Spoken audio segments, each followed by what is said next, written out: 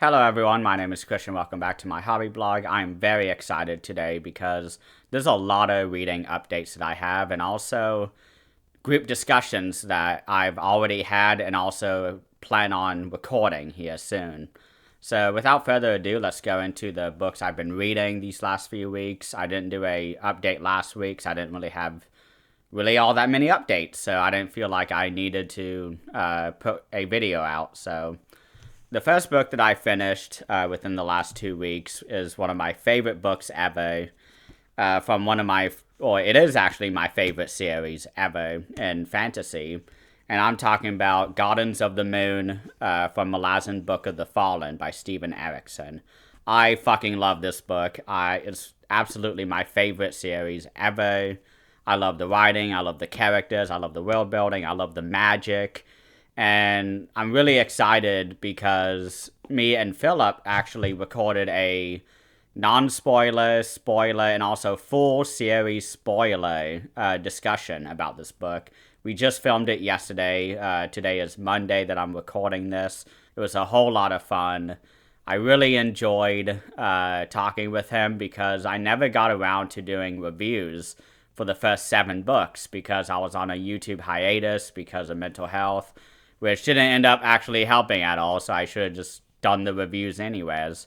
But so it was really exciting to do this after my reread because I finally understood so much more, and it was just really exciting to be talking about this, and I'm really thankful for Philip for agreeing to come on the channel again, and I'm really excited for our next discussion, which will be on Dead House Gates, whenever I get around to my reread of that, but this is a 9.5 out of 10, in my opinion. It went up in rating for me on reread. It used to be a 9 out of 10 for me because I felt like it was really complicated and complex, and I just didn't really get the entire book yet. And on reread, I was able to really focus on the story and focus on the character journeys, knowing where they're going to end up at the end of this 10-book series, and also beyond those 10 books, because they've also, it's not just Steven Erikson writing Malazan, but also Ian Esselmont, who has done the novels of the Malazan Empire, and I've done reviews all the way up to Orb Scepter Throne on my channel. So if you want to watch those, they are in my playlist of book reviews.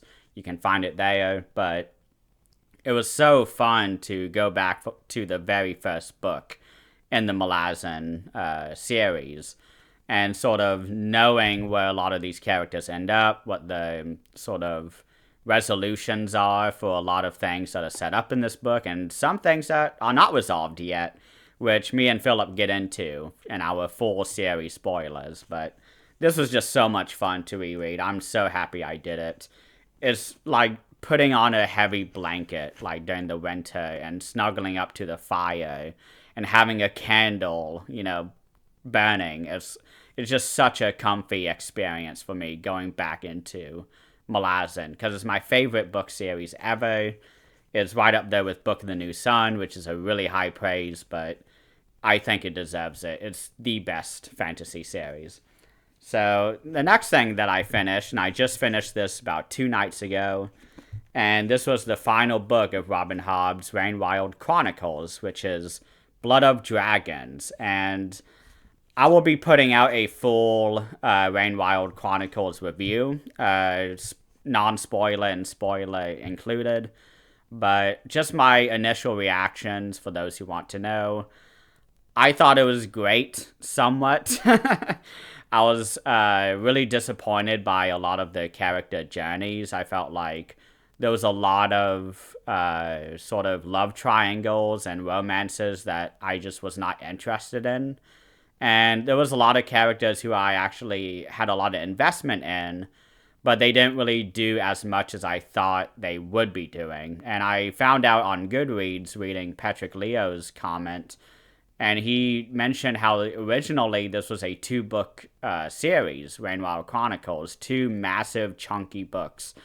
And the publisher made her edit it down to 4 books in order to sort of make it flow better. And I feel like it did not flow at all that well, because the pacing of this 4-book series is all over the place, I felt. And book 1, I felt like was too fast, or too slow, I mean. And then book 2 was too fast, but I really enjoyed book 2. That was my favorite book of these 4 books. And then book 3, I was like, okay, great. It's like maintaining the Robin Hobb level of quality that I expect from her books, like with Live Ship Traders and Tawny Man. Those are the 2 favorite trilogies currently for me. But I felt like books 2 and 3 were my favorite, and then book 4, it just went back down to book 1. And I really love the world building in these books, and I'll talk a lot more about what happens in these books in my spoiler review, but just initial reactions, I feel like the world building was just really carrying these 4 books. Because if it wasn't for the events that were going on in relation to the dragons, I feel like I would have hated the series, because I was just waiting around, I felt like. And a lot of characters I had investment in, and I'll go more into detail with that. So most of the characters I enjoy, but I don't know, I just was not as invested as I was with previous characters in the previous series. I'm trying to talk about this without spoilers. But there was some character arcs that I did actually enjoy reading and did not feel like they were a waste of time, and those were the ones that were either new and really exciting and had sort of like a booky sort of personality. I love those chapters a lot. But also returning to the old characters that I've grown to love from Live Ship Traders mostly. So it was disappointing to me that this was 4 books long, or was sort of forced to become 4 books long, because I feel like the pacing is what really killed this series for me. And Realm of the Elderlings is still top 3 series for me. I really love that series, and I'll just take this series as sort of a hiccup, as a sort of hurdle, but I really did love sort of the overarching storylines going on here with the dragons, because I'm a fantasy lover. I love dragons, and the way that Robin Hobbs write those dragon chapters are just so beautiful, really interesting. They're also very terrifying, these creatures. So it's really fun to see Robin Hobb really develop the dragons now that there's a lot more of them in the world. And that's really the only spoiler I would give, but I enjoyed this book for the most part. I think I will give it like a 7.5 out of 10. It's good, it's very good, but I don't think it reaches back up to the really high rating that I was expecting from Robin Hobb, which is fine. I think these books could have been a whole lot worse, because there have been some series I've read, I won't give examples, where as it goes on, it just gets worse and worse, and I'm sort of forcing myself to read it. I didn't have to force myself to read this.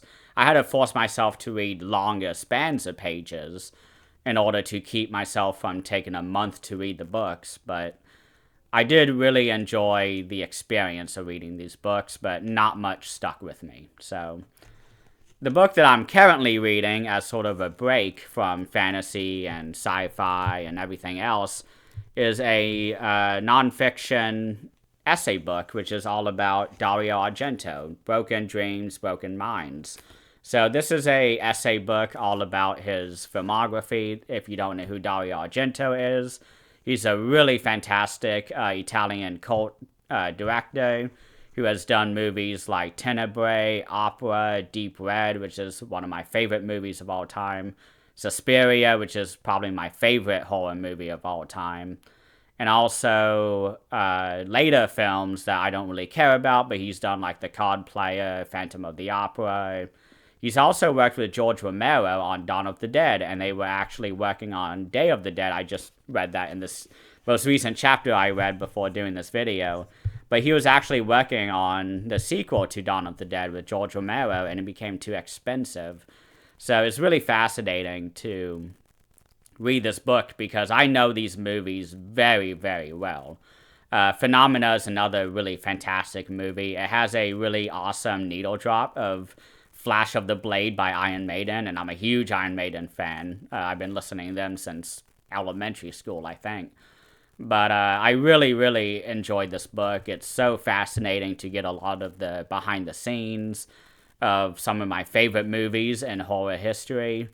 And also, there's an interview, like a printed interview between Dario Argento and the author of the book that takes place in the 90s, I believe, early 90s, late 90s. I'm not sure when this specific edition came out, because this is edition 3, I think, because Dario Argento is still alive, still making movies, so the author has updated this book as much as he can with each movie that has come out. So I'm not done yet. I'm up to the Tenebrae and Opera timeline, or no, it's Tenebrae and Creepers, otherwise known as Phenomena, which stars Jennifer Connelly and also Donald Pleasance, who plays a detective with a pet monkey who sort of runs the house for him because Donald Pleasance's character is paralyzed. He's not able to walk. And so that's a really awesome movie. A lot of people are harsh on that for no reason. But I really enjoyed that movie, and I'm really excited to continue this book. It's a really short book, too. It's like 250 pages, including the interview. So it's like 200 pages of, I guess, essays and about 50 pages of interviews. So really quick read. I started this on Friday. No, I didn't start it Friday. Yeah, I started it Saturday night after finishing Blood of Dragons by Robin Hobb. But I'm really enjoying this. This is a nice little break from fantasy and sci-fi, because his movies are very fantastical, especially Suspiria, because his movies really go into sort of a dreamlike state where things don't make sense, is illogical, how things are happening. And I really, really love his movies. So it's really great to finally be reading this. I've had this book for like 6 or 7 years. I got it back in college when I first started getting into this director. I started reading this and I was like, man, they're just spoiling all his movies. I'm just gonna, become familiar with his movies. And I just kept putting it off. And I finally looked at the table of contents and looking at what books or what movies that this book discusses. And I was really surprised, because I was like, it's all of the ones I love.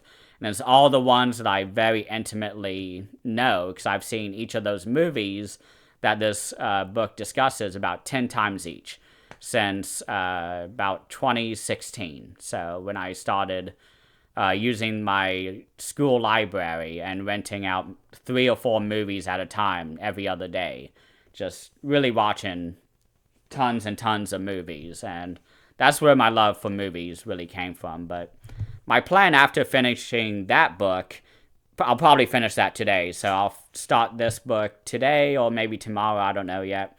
But it's going to be The Prophet of Adan by Philip Chase. So I'm really excited for this, because I finished my reread of Way of Adan, but with the audiobook, and I did a review on that on a previous weekly report. So if you haven't seen that, please go watch that. That was in the most recent one. So whatever number this one is, go to the previous one. But I'm really excited for this one, because I haven't read book 2, and I'm really excited to see where the characters go, because I really enjoy the characters of Daywraven, Emai, Sakrara, and I also really love sort of the mentor characters of Erd, and also I can't remember the name, but it's the uncle of Emai. He's a really fascinating character, and I really have a lot of investment in the character, or in the storylines that Daywraven and Emai are caught up in. And I won't go into spoilers, but I'm really excited to see where the journeys take them, because one of my favorite parts of fantasy, and this is something that Philip Chase does really well in his book, is the Odyssey, where the characters are forced to go on the adventure, on a journey, and it doesn't go as they expect. And that's one of my favorite sort of, I don't want to say tropes, but it's one of my favorite tropes in fantasy. I don't know if I'm looking for a different word, but it's absolutely my favorite trope of fantasy, and I love seeing how plans change and how characters adapt because not all characters are the same. No characters are similar to each other. They all have their own personalities, they have their own goals, their own agendas. The entire Adan priestesses or priest storyline is so fascinating to me too because I'm not religious whatsoever. I think that comes off in my videos pretty obviously. But I really enjoy reading about historical sort of events and how they are influenced by religion or economy or sort of anything else like that. I have a history minor. I specialize in empires and also pre-colonial history. So I really enjoy seeing how Philip takes these themes that I'm pretty familiar with in our own time in history and seeing how he translates that into a fantasy work. Because the Adan religion is really fascinating and how it's being twisted by these priests in order to maintain the rule and also really keep it very oppression based. So it's really interesting to read. I haven't finished the series. I plan on having a discussion with Philip when I finish.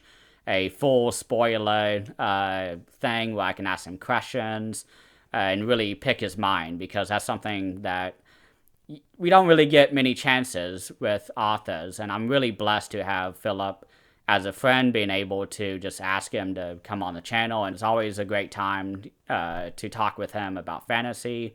And so I'm really excited to sort of talk about influences with him and writing processes because I am a nerd for that. I've been following George R. R. Martin. He was the first like major modern fantasy writer that I followed all the way back in 2011, at least for my adult fantasy side. But I really like obsess over how authors write the stories and finding the influences and finding what ticks. Like, it's just all fun. I love it. I love the process. And so after finishing Prophet of Adan, I'm hoping to do that by the end of this week. But if not, definitely before the end of October is my plan.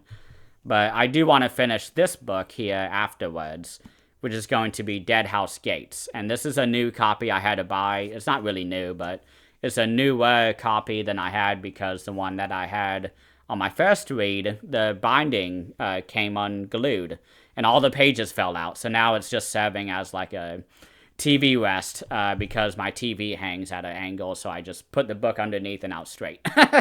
So thank you, Stephen Erikson, for having multi-use for his books. But just making a joke. But I'm really excited to get back into Dead House Gates. It's one of my favorite books in the first half of the series. A lot of people don't like the book as much, but I find the book really emotional, resonant for me. And I also really love visiting the new continent and meeting the new characters. Mappa and Ikariam are some of my favorite characters in this entire series. And the Chain of Dogs is one of my favorite, storylines because of how emotional it is. And I'm an emotional guy, so I love reading emotional storylines in fantasy, and it's just really exciting. So, and I do plan on having Philip on for another review. He's already agreed to do so. So keep your eyes out for that if you're a Malazan reader. We're going to do the same sort of format of non-spoiler, spoiler, and full series spoiler. So that'll be really exciting. Keep your eyes out for that. So in terms of discussions, I've already discussed or mentioned the discussion that I had with Philip talking about Gardens of the Moon. That's going to be released by Wednesday, I'm hoping. I got to edit it. I don't know if the audio levels are the best right now. I need to re-listen to it. I listened to it immediately after recording, and I was like, yeah, it sounds about the same, but there are times where one of our audios will sort of spike, and I don't know what to do with that yet. I may just leave it because it's rare that it spikes like that, but there are times where the audio gets a little imbalanced, so I just need to listen to it again and just see if it's listenable without editing. If not, then I will be happy to edit it. But I'm also doing a discussion on one of my favorite sci-fi books ever, Dune, which I will be doing with Stella Reeds. This is happening tomorrow. It will not be live. It's going to be a recorded discussion. He just finished book 1 of Dune, and he shouted me out in his video saying that I inspired him to read it because of my passion, because I just finished all the way up to book 6 recently. And he watched some of my reviews, and he said it was just really fun, and he wanted to read it for himself because he's a big sci-fi fan and hadn't gone around to Dune yet. So he took the plunge, and I really enjoyed his reviews on Dune. I really enjoyed the most recent one he did, where he went out into a sand dune and actually recorded. Like, that is so cool. That was really fun. I'm happy that Shai Hulud was not in the area. I'm happy there were no sandworms waiting for any vibrations, because that would have been bad news. But, thankfully we're not on Dune. We're not on Arrakis. But I'm really excited for that review. We're going to talk all about book 1, but also the movies. And also, I sent him the link to probably my favorite Iron Maiden song, To Tame a Land, which is a very heavily Dune-inspired song by Iron Maiden. And it has a lot of references to Dune in that song. So I'm excited to see what he thinks and if he listened to that song, because it's an amazing, amazing song. Some of the best bass work that Steve Harris has done. And I'm really excited to finally discuss Dune with somebody who has read it from beginning to end, especially someone as seasoned as him when it comes to sci-fi, because I haven't read that much sci-fi in totality. I've read the major series. I'm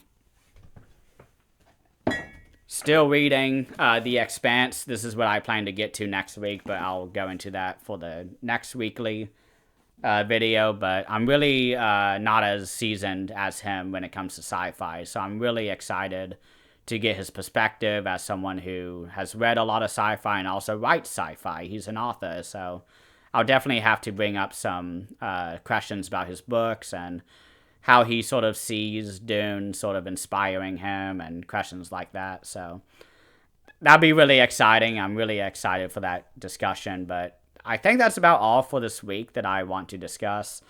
I will be doing another bass video at some point this week. I've been practicing some more. I don't know what song I would do, but it's very random, actually, when I do those bass reviews. It's usually when I am practicing and I realize, wow, my fingers are actually responding to what my brain is sending it. So I need to take advantage of this, and I set up my camera, my phone usually, and I record, and I do my best. I don't get too upset, actually, because in the most recent video, the very first note that I made in Guardians of Asgard by Amon Amarth, I made a mistake, and I kept it in. I did not record it because I was like, well, that's sort of like me being authentic and me being humble and showing that, yeah, I do make mistakes. I'm not the best at this, even though I learned the song many years ago, but I've been practicing the bass again the last 6 months or so. So I am building up the muscles again in my fingers and building up my skills. So it's more like just me having fun. It's something I don't do often on the channel, is music-related stuff. I don't know how much people enjoy it, but I enjoy it a lot. So I'm going to keep doing that. So without further ado, thank you all so much for watching, and please have a great rest of the day.